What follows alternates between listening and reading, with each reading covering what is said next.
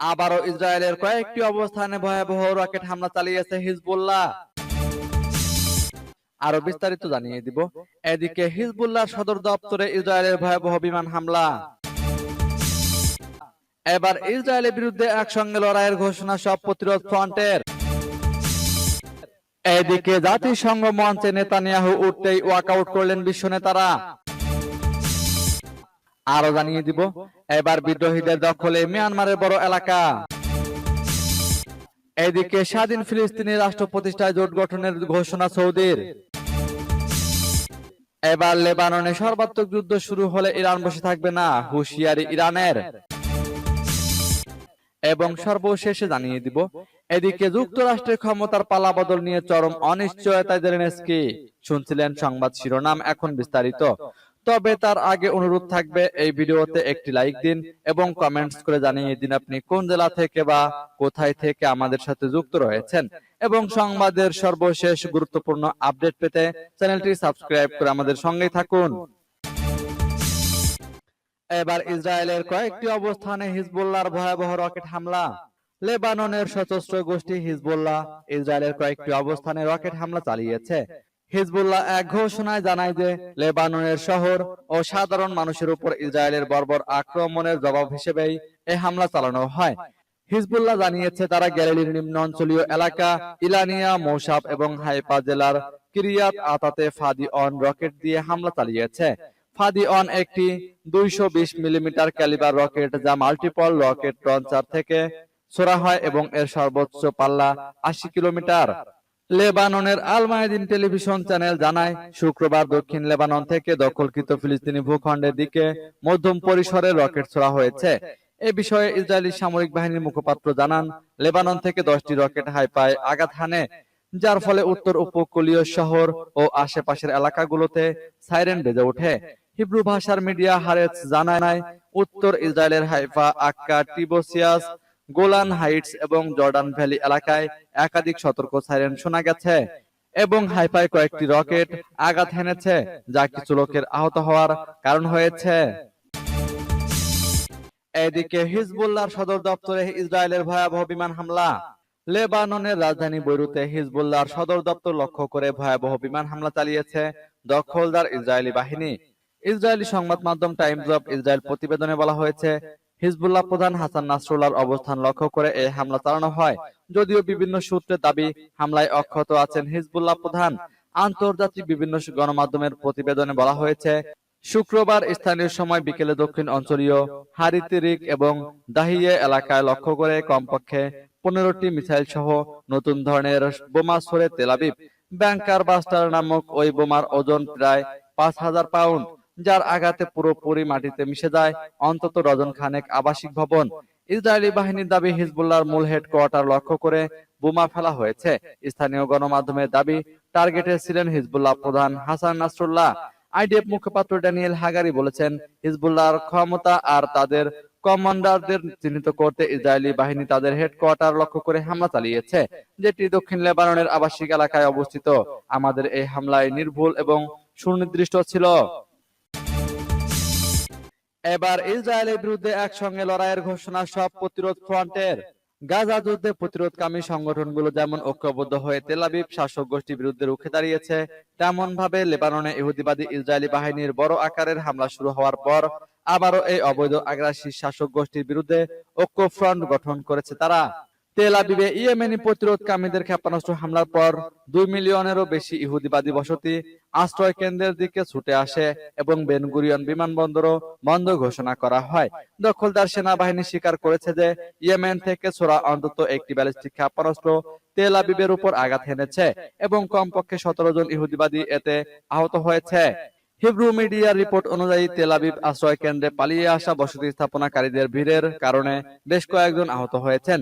একজন senior Yemeni কর্মকর্তা আল মায়াদিন television চ্যানেলকে জানান, তারা তেল আবিব শহরে কয়েকটি অবস্থানে হামলা চালিয়েছেন এবং সে সময় ইসরায়েলিদের কাছে বার্তা পাঠানো হয়।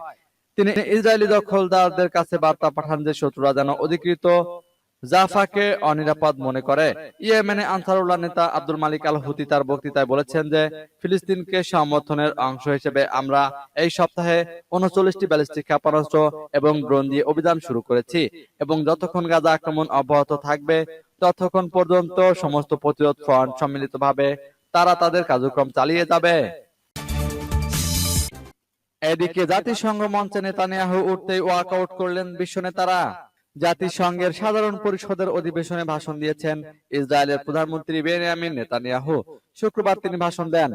তবে তিনি মঞ্চে ওঠার পরই সেখানে উপস্থিত অনেক রাষ্ট্রপ্রধান এবং তাদের প্রতিনিধিরা বের হয়ে গেছেন। বার্তা সংস্থা আনাদুলু এজেন্সি জানিয়েছে, প্রথমে তুরস্কের স্থায়ী দূত অধিবেশন কক্ষে থেকে বের হয়ে যান। এরপর একে একে তার পেছনে অন্যরাও বের হয়ে যেতে থাকেন।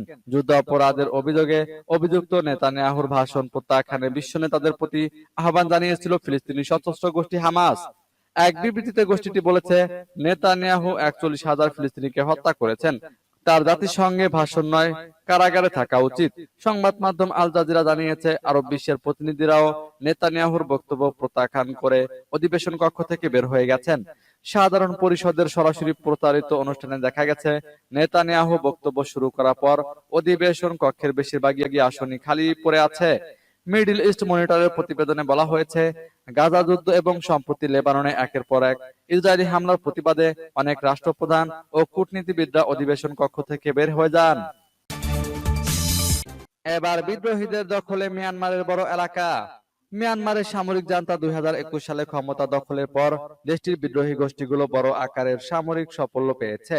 সশস্ত্র গোষ্ঠীগুলোর জোট জান্তাকে হটিয়ে দিয়ে পূর্ব মিয়ানমারের এক বিশাল অংশ দখল করে নিয়েছে। ব্রাদারহুড অ্যালায়েন্স নামে এই জোট আসলে বিভিন্ন জাতিগোষ্ঠীর প্রতিনিধিত্বকারী 3টি শক্তিশালী বিদ্রোহী বাহিনী নিয়ে গঠিত। তাদের যোদ্ধারা এখন মিয়ানমারের দ্বিতীয় শহর মান্দালয়ের কাছাকাছি পৌঁছেছে। ব্রাদারহুড অ্যালায়েন্স বা থ্রি ব্রাদারহুড অ্যালায়েন্স নামেও পরিচিত মিয়ানমারের সীমান্ত অঞ্চলের জাতিগোষ্ঠীগুলির প্রতিনিধিত্বকারী 3টি সশস্ত্র সংগঠন নিয়ে গঠিত। মিয়ানমারের গৃহযুদ্ধে সামরিক জান্তার বিরুদ্ধে সর্বশেষ বাহিনী হিসেবে উঠে এসেছে এই জোট। ব্রাদারহুড অ্যালায়েন্স আসলে কারা, সে বিষয়টি জানা যাবে। ব্রাদারহুড অ্যালায়েন্স আছে মিয়ানমারের ন্যাশনাল ডেমোক্রেটিক অ্যালায়েন্স আর্মি ও তাং ন্যাশনাল লিবারেশন আর্মি এবং আরাকান আর্মি।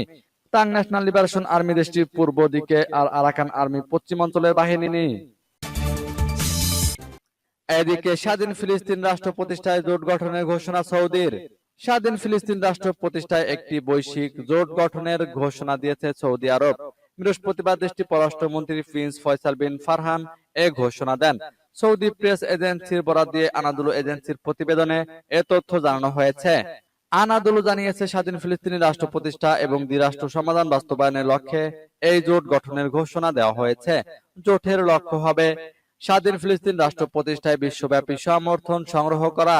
প্রিন্স ফয়সাল বিন ফারহান জানান, জোটের প্রথম বৈঠকটি রিয়াদে অনুষ্ঠিত হবে। আরব ও ইসলামিক দেশগুলোর পক্ষ থেকে ইউরোপীয় অংশীদারদের সঙ্গে আমরা দ্বিরাষ্ট্র সমাধান বাস্তবায়নের লক্ষ্যে বৈশ্বিক জোট গঠনের ঘোষণা করেছি। ফিলিস্তিন ইসরায়েল সংকটের স্থায়ী মীমাংসা কেবল স্বাধীন ফিলিস্তিন রাষ্ট্র প্রতিষ্ঠার মাধ্যমেই আসতে পারে, এই দৃঢ় বিশ্বাসের উপর ভিত্তি করেই এই জোট গঠন করা হয়েছে। তিনি বলেন, আমরা যা করার চেষ্টা করেছি তা হলো দ্বিরাষ্ট্রীয় সমাধান বাস্তবায়নের লক্ষ্যে একটি জোট তৈরি করা এবং এর জন্য ফিলিস্তিনি কর্তৃপক্ষের সক্ষমতা বৃদ্ধি সহ কিছু মৌলিক উপাদান প্রয়োজন।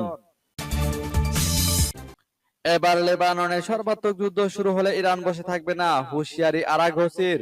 ইরানের পররাষ্ট্রমন্ত্রী আব্বাস আরাঘসি ইসরায়েলের সন্ত্রাসী ও স্বৈরতান্ত্রিক কার্যক্রম ঠেকাতে ব্যর্থ হওয়ায় বিশ্ব সম্প্রদায়কে এক হাত নিয়েছেন। তিনি হুঁশিয়ারি দিয়ে বলেছেন, লেবাননের সাথে ইসরায়েল সর্বাত্মক যুদ্ধ শুরু করলে ইরান বসে থাকবে না। ইরানের পররাষ্ট্রমন্ত্রী বলেছেন, লেবাননে সর্বাত্মক যুদ্ধ শুরু হলে ইরানের বসে থাকার কোনো সুযোগ নেই।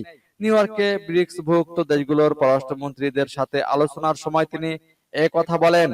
আরাঘসি সামনের মাসে রাশিয়ার কাজানে অনুষ্ঠিত হতে যাওয়া ব্রিক্স সম্মেলনে গাজা ইস্যু তোলার প্রস্তাবও করেছেন। সম্প্রতি লেবাননে বিমান হামলা শুরু করেছে ইসরায়েল। এতে লেবাননের হাজারের বেশি মানুষ নিহত হয়েছেন, আহতের সংখ্যা কয়েক হাজার। ফলে মধ্যপ্রাচ্য জুড়ে নতুন যুদ্ধ ছড়িয়ে পড়ার শঙ্কা দেখা দিয়েছে। ইসরায়েলি হামলার পাল্টা ব্যবস্থা হিসেবে ইরান সমর্থিত গোষ্ঠীগুলো ইসরায়েলের নানা স্থাপনায় হামলা শুরু করেছে। এদিকে যুক্তরাষ্ট্রে ক্ষমতার পালাবদল নিয়ে চরম অনিশ্চয়তায় জেলেনস্কি। বিদায়ী মার্কিন প্রেসিডেন্ট জো বাইডেনের সঙ্গে শেষবার হোয়াইট হাউসে দেখা করেছেন ইউক্রেনের প্রেসিডেন্ট ভলোদিমির জেলেনস্কি। প্রায় শেষবারের মতো ইউক্রেনের জন্য বাড়তি $240 কোটি সামরিক সহায়তা মঞ্জুর করলেন বাইডেন। জানুয়ারি মাসে প্রেসিডেন্ট হিসেবে তার মেয়াদ শেষ হওয়ার আগে আরো $550 কোটি সহায়তার আশ্বাসও দিলেন তিনি। এরপর কে নতুন মার্কিন প্রশাসনের হাল ধরবেন সে বিষয়ে অনিশ্চয়তা সত্ত্বেও বাইডেন বলেন, এখন আমরা ইউক্রেনের সঙ্গে আছি, ভবিষ্যতেও থাকবো।